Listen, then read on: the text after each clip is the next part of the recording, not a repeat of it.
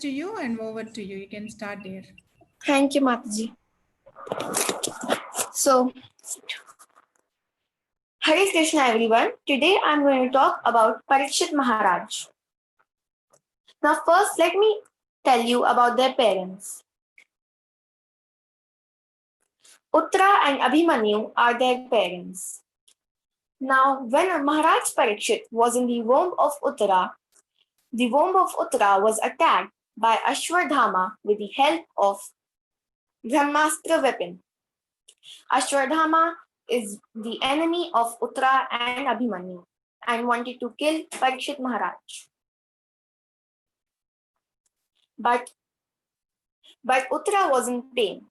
So Uttara went to Lord Krishna to take shelter under his lotus feet.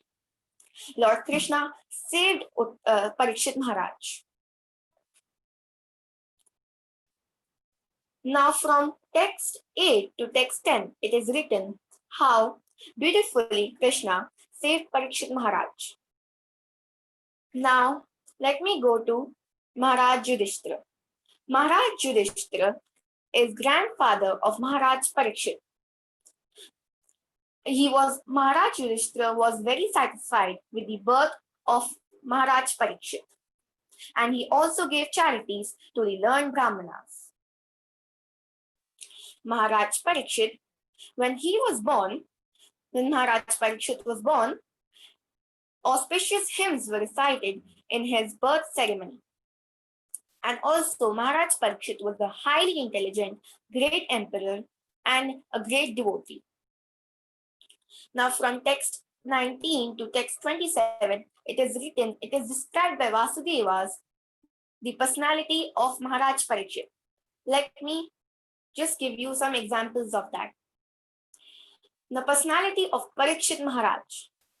This child will be a beneficent donor of charity and a protector of the surrendered, like the famous king of Shibi of the Usinara country. This child will be as irresistible as fire and as unsurpassable as the ocean. This child will be as strong as a lion and as worthy of shelter as the Himalaya mountains. This child will be like his grandfather Yudhishthira or Brahma in equanimity of mind. This child will be almost as good as Lord Shri Krishna by following his footsteps. Last but not the least, this child will be like Bali Maharaj in patience. Now let me tell you a story. When Maharaj Parikshit was ruling once, he wanted to ask something to a saint. So he threw a fake snake on him. But the child of the saint thought the snake was real. So he cursed Maharaj Parikshit that he will die in 7 days by being bitten by a snake bird. Maharaj Parikshit knew that he was going to die in 7 days. So he surrendered himself unto Lord Krishna, and Lord Krishna told him to recite the Srimad Bhagavatam for 7 days, basically until his death. He recited the Srimad Bhagavatam until his death, and when he died, he went again to Lord Krishna. So the conclusion is, when you need help or you cannot find help anywhere, the first place you should go is to Lord Krishna and chant his holy name. I would like to thank Anupama Mataji and also Braj Prabhu to give me this opportunity to speak upon this topic. Hare Krishna. Mataji, it's over. Okay, thank you, Vanshika. So Maharaj Parikshit got his name when he was in the womb of Uttara, his mother, and Brahmastra was released by Ashwatthama. Ashwadhama. Yes, and to protect, when Uttara prays to Krishna to protect her child in the womb, so Krishna enters into her womb as in a four-hand form, and he goes around and he protects Parikshit Maharaj from Brahmastra. So that's how, when he comes out, when he takes birth and come out, he examines each and every one to check whether he has seen a personality in his mother's womb to everywhere. So that's how his name is called Parikshit. Parikshit Maharaj. Thank you. And you have very nicely described when he was born. Yudhishthir Maharaj is very anxious because he is the only heir to the Kuru dynasty. Rest everyone were killed in Kurukshetra war. So he asks his all the pandits, all the sages, his future because he is born there. And you have really nicely described what they predict about Parikshit. So Thank you, Parikshit Mataji. Maharaj is a great emperor, and he ruled not just one. It's not Bharatadesh. He ruled over whole Jambudvip. Jambudvip is very big, so he ruled all over. And in his time, Kali Yuga has started. So in his kingdom there was no any bad things, but because it is time to start for Kali Yuga, so Kali Purusha appears in his kingdom, and he strictly punishes him, and he gives him 4 places to stay in Kali Yuga. And from there, like how Vanshika has described, he gets curse from uh, Shaurish, sorry, what is the Rishi Shringi, and because of him, he in 7 days he spends his last days to listen to Srimad Bhagavatam as advised by all the sages and Sukadeva Goswami. So because of him, we got Srimad Bhagavatam, and this is a very sacred scripture for all of us. So thank you, Vanshika. You are very Hare Krishna Mataji, I'm nicely Anirudh approached. speaking. I'm Yes. Anirudh speaking. Mataji, Vanshika had told that Parikshit Maharaj wanted to ask the sage, but then according to the story, he went for hunting and then he was very thirsty. So he found the sage ashram and then he went in. But then the sage was in meditation, so he didn't respond. So Parikshit Maharaj got angry and then he found a dead snake nearby and he placed it on his head. Yeah, it was an actual dead snake. It was not a fake snake. Yeah, it was a dead snake. Yeah, then He put it around his neck. like Yeah, and then then when his son saw Rishashringa that comes, and he got yeah, The angry. son got angry. angry And because And he curse him to snake dance killed. away. curses him that after 7 days, a snake called Takshaka, snake god Okay. will kill you. Yes, Yeah. Yeah. children. Thank you for that. Yes, I know you all know about Parikshit Maharaj. Thank you. And Shrikant, can you yes, please thank you. repeat the name of the snake? Takshaka. Takshaka. It's Takshaka. Yeah, That's the one and which is supposed to come Shringi, and kill. Yeah. Shringi, And Shringi. Yeah. Mataji, Shringi. and the son's name is Mataji, Shringi. I have a question. Yes, Dash. Actually, I heard that the snake name was Takshaka and he had got a boon in the war Mhm. of Mahabharata that at the last citizen or king who will rule the kingdom will the Kuru will he will kill the last Kuru who will rule the kingdom.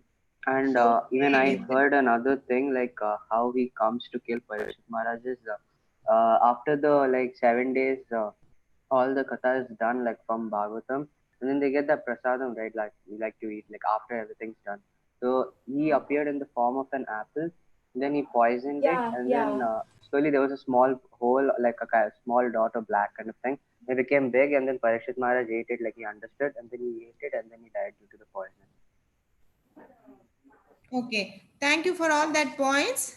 This particular from Mahabharata story, what Dash has described, I need to check again. And as Anirudh said, this story also, it's not mentioned in Srimad Bhagavatam here. I'll also check on that point. Thank you, children, for all Mataji, I the heard it. information. Yeah, that's what I I'm heard it saying. In Yeah, somewhere. even Srimad I did. Bhagavatam, it is not mentioned. Uh, there is a mention about how he lives, but it's not described. This is through the fruit or something. Anyway, I'll go through that again and I'll explain to you. Atiji, And, I remember because like some years back, we were doing a drama on the same story. mm, yeah, there are different versions regarding how he was approached by the snake. So we have to go through authentic Srimad Bhagavatam. Yeah, we'll check it. Mataji, also in some lectures, I heard that the Brahmana was actually, there was a Brahmana, then he turned into Takshaka and something like that. Yeah, that's what I'm saying. There are so many different versions. People says different things. How he passed, how snake attacked Parikshit Maharaj. But I'll go through book again, or I'll consult senior devotees, and I'll come back to you on that. Okay. Thank you so much. Thank you, Vanshika. And now it is presentation by Virat. And most of you must be knowing Virat, but I know him very well when he started Dridha Bhakti with me in Vamana. He is a very nice, good listener, and he used to listen to my class very patiently, and he was there for a long time, and then he moved to Gauranga. So today he will be presenting. I want to also tell more about Virat, what is his hobbies. So that might inspire all of you as well. And he also, I advise Virat also to get inspiration from all of you in devotional service. So Virat is a YouTuber. I have posted a YouTube link in group. You can watch. It's a very wonderful topics he explains in YouTube. He is a football player, and yeah, a few more I think I have. So that's a very, he has even more hobbies. So chess player, and he's a debater, and he is also learning mridanga. So he's also very good and in his school. He's a very bright student. So over to you. I wish you all best, Virat. And his topic today is Krishna rescues his teacher's son. Very interesting topic. Over to you, Virat, and all the best to you. Hare Krishna Mataji, can you see me? You can see your screen. Video, let me check. Yeah, we can see our We video. can see him. Wait, Machi is a YouTuber? Mataji, we can see him. Thank you, Virat. Over to you. Machi is a YouTuber? Pranav, let him start. Hare Krishna, thank you Mataji for giving me the opportunity to serve the Lord. I'll try my best to convey the teachings given in this chapter, so please bless me and also forgive and correct me if I make any mistakes. Om Vishnu Padaya Krishna Vishtaya Bhutale Srimati Bhakti Vedanta Swami Nityanande Namaste Saraswati Deve Gauravani Pracharine Nirvishya Shunivadi Pasharadeshtarine Vansha Kalpirubhishya Kripa Sindhubhyo Yovacho Patitanam Pavanebhyo Vaishnavibhyo Namo Namah Jai Shri Krishna Chaitanya Prabhu Nityananda Shri Advaita Gadadhar Shivasadi Gaur Bhaktavinda.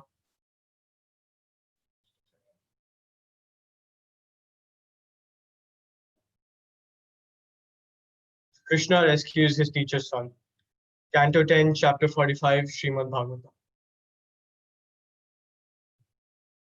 So I've basically divided this chapter in 4 key points, which I will be explaining in detail as we proceed. So here, let me crack them down for you. The first one is that this chapter describes how Lord Krishna consoled his original parents, Devaki and Vasudev and Nand Maharaj. Second is the installation of Krishna's maternal grandfather, Ugrasena, as the king of Mathura, who was dethroned during the rule of Kansa and had been suffering in prison for that long. Thirdly, it also relates how Lord Krishna and Lord Balram completed their educational course under the guidance of Sandipani Muni. And lastly, how the two lords retrieved the dead son of their guru and honored their guru Dakshina.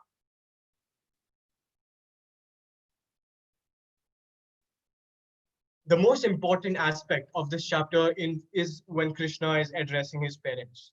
The Lord approaches Mother Devaki and Father Vasudev. He shows his unhappiness and expresses regret and disappointment for not being able to enjoy the mutual satisfaction of parents and children relationship.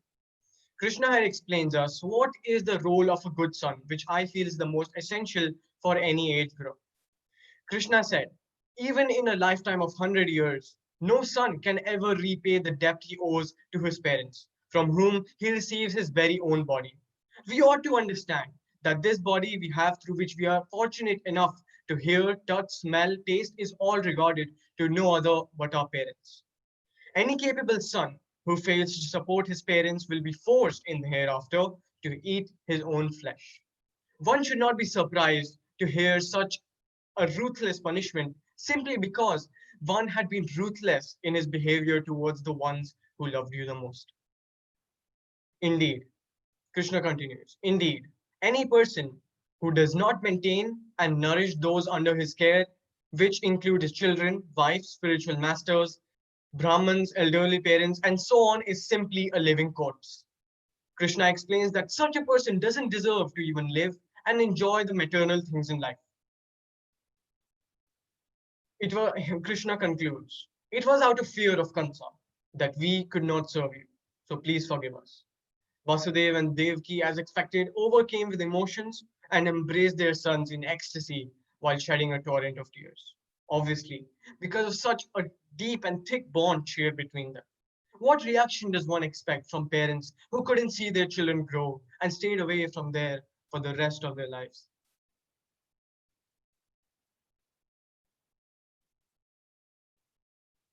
So the biggest takeaway from this pointer is respect. Respect to anyone who deserves respect. To become a so-called ideal son, one doesn't necessarily have to earn great amount of wealth or acquire a high status in the society, but to become a good human being first, full of empathy and compassion for others. Vedvyasji explains the uttermost importance of respecting parents in Srimad Bhagavatam, stating that with one's body, one can acquire all goals in life. It, it is one's parents who give the body birth and sustenance. Therefore, no mortal man can repay his debt to his parents, even if he serves them for a full lifetime of 100 years. Because you have been given this body by your parents, any success you attain should only be regarded to them. Vedvyaji continues, as a son who, though able to do so, fails to provide his parents with physical resources and wealth, is forced after his death to eat his own flesh. As discussed earlier, karma will never go, regardless of who you might be. Everything, everything you do, be it good or bad, is all counted. And most importantly, it is all considered by the Lord Himself. So one always has to be mindful of his or her actions. Vedvyaji concludes in the seventh shlok, a man who, though able to do so, fails to support his elderly parents, chaste wife, young children, or spiritual master, or who neglects a brahmana or anyone who comes to him for shelter, is considered dead, though breathing. As mentioned, nothing but a living corpse.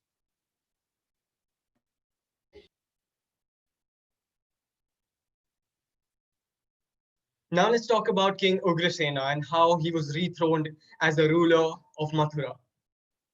Having thus satisfied his mother and father, if you have observational skills, you see that Krishna doesn't leave anyone unsatisfied or distressed. Everyone around him is in a prolific mood, and the surroundings just become so fruitful. So wherever we go, try to spread happiness, try to spread liveliness and love. Let's continue. Having thus satisfied his mother and father, Lord Krishna offered Kansa's kingdom to his maternal grandfather, Ugrasena, and then arranged for all his family members who had fled in fear of Kansa to return to their homes. This also resulted in the reunion of the clan of the Yadu family.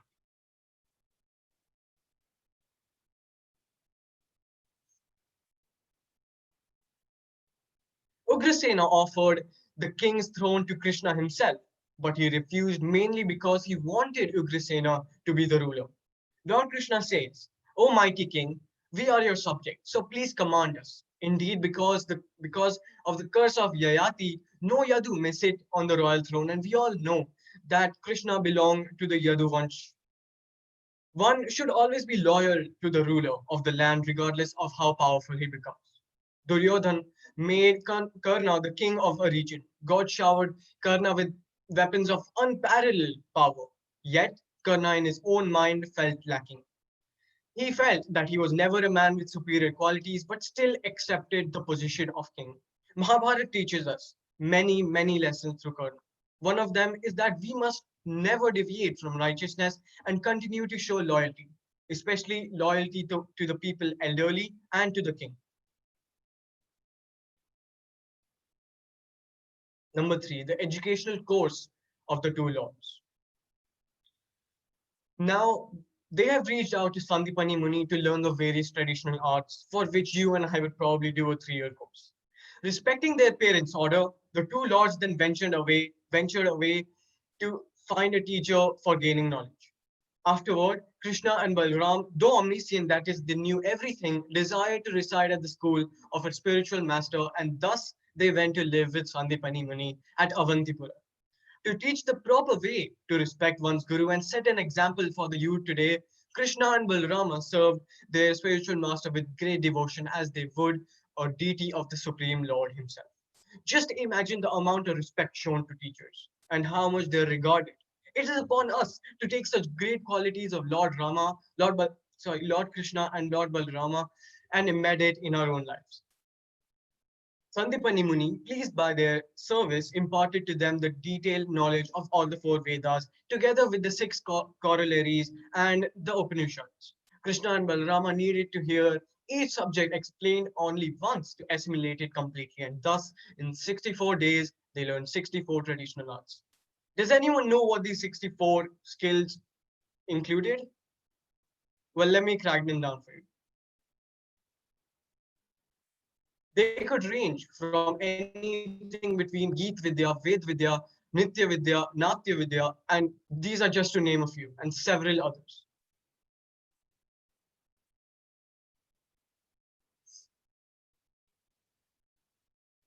To slide 7.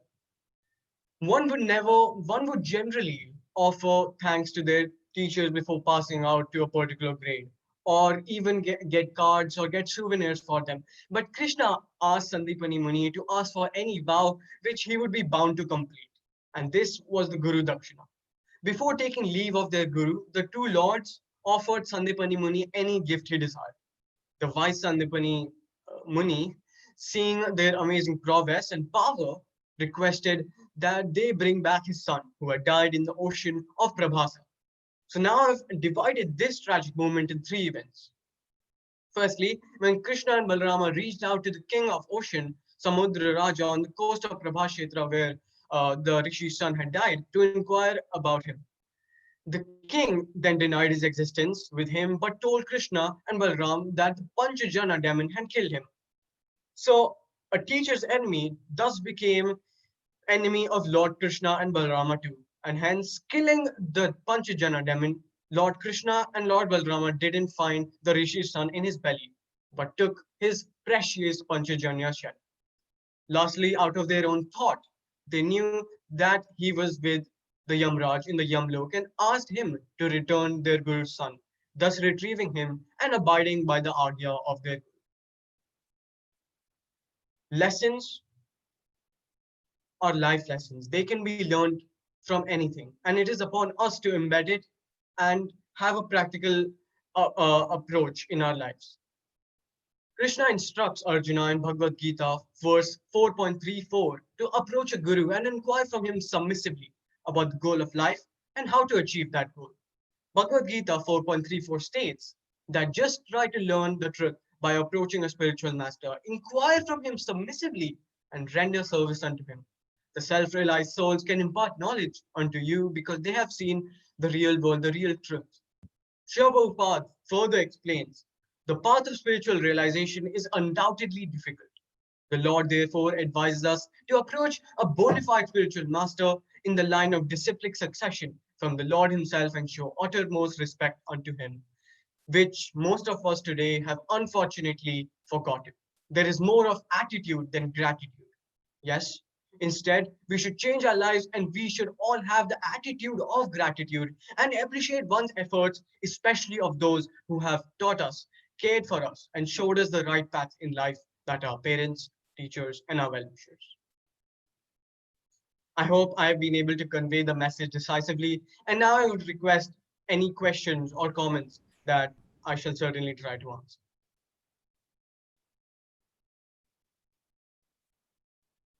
No questions.